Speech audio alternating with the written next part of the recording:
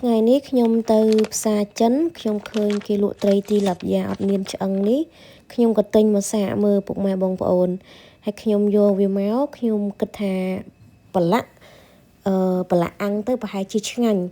ហើយក្បួនប្រឡាក់របស់ខ្ញុំនឹងអត់មានក្បួនអត់មានខ្នាតអីទេបងប្អូនខ្ញុំធ្វើតាមតាលាប់នៅក្នុងផ្ទះអញ្ចឹងទៅ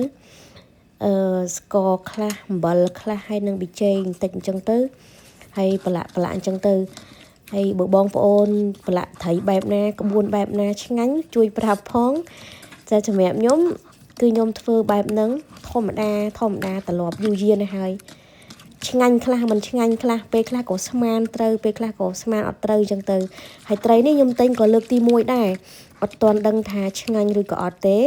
ចាំមើលខ្ញុំប្រឡាក់ហើយអីហើយចាំញ៉ាំសាកមើលហើយចាំជំរាបប្រាប់បងប្អូនថាត្រីទីលាប់យ៉ាហ្នឹងនៅពេលដែលយកទៅអាំងទៅឆ្ងាញ់ឬក៏អត់